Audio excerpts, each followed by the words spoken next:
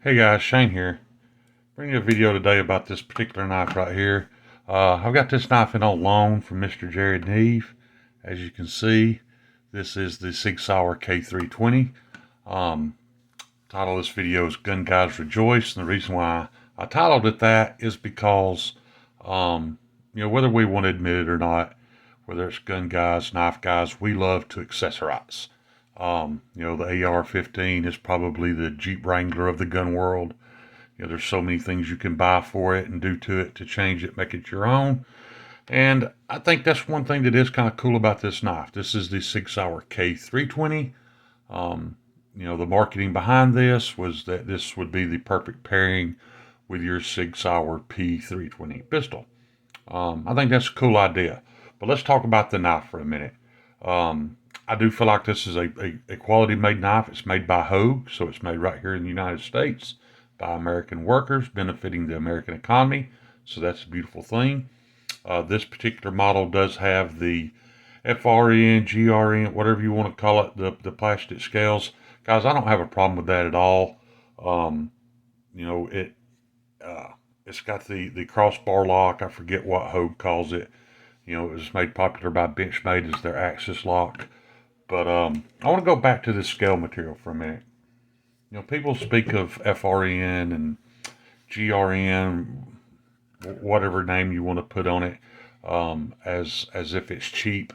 It is less expensive than some handle materials. However, guys, the frame of your favorite pistol, the intake on your favorite pickup truck, all made out of the same stuff. There's nothing wrong with it. It's plenty strong. You can mill it, thin enough till it gets flexible, and some people don't like that, but it doesn't bother me. A couple things about this knife: it does have an S30V blade, so it has a good mid-tier steel. It's not hard to sharpen. I have had a lot of experience with S30V, and I'll tell you the only negative experience I've had was on a Manix XL, where I laid the edge back to about 14 degrees. The S30V didn't seem to like that very much. The edge was somewhat easy to chip after that.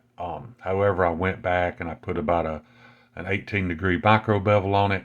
Never chipped again after that. Held an edge a good long time. It was plenty tough.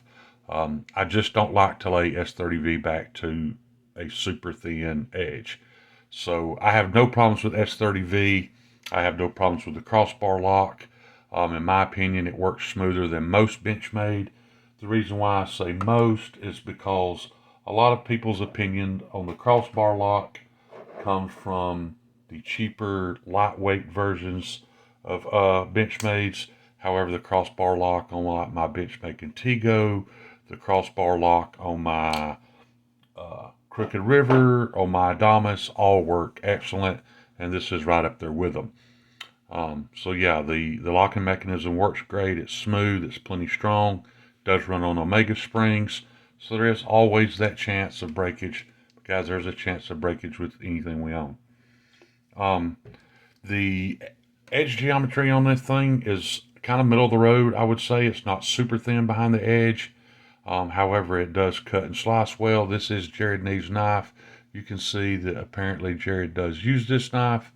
It came with this on the blade. I'm not messing with it. It's his knife. So yeah, you can tell he does use this, which is kind of a hats off to this knife. As many knives as Jared owns, and he chooses to use this one on occasion, that should tell you something. It does have a deep carry clip, which is reversible. It has threaded inserts on either side, so that you flip the clip around. I do enjoy this clip, this louvered, these louvers on the clip right here. When you go to pull it out of pocket, when you reach in and you grab that with your fingers, it gives you extra traction to be able to pull it out of pocket. I enjoy that. It does have a lanyard hole. However, with this clip, I don't feel like I need a lanyard because it makes it easy to pull out of pocket. So yeah, I think this is a great choice. If you're looking for a good American-made EDC knife, it's not a huge knife. Let me see what I've got that you guys will probably recognize right off the bat.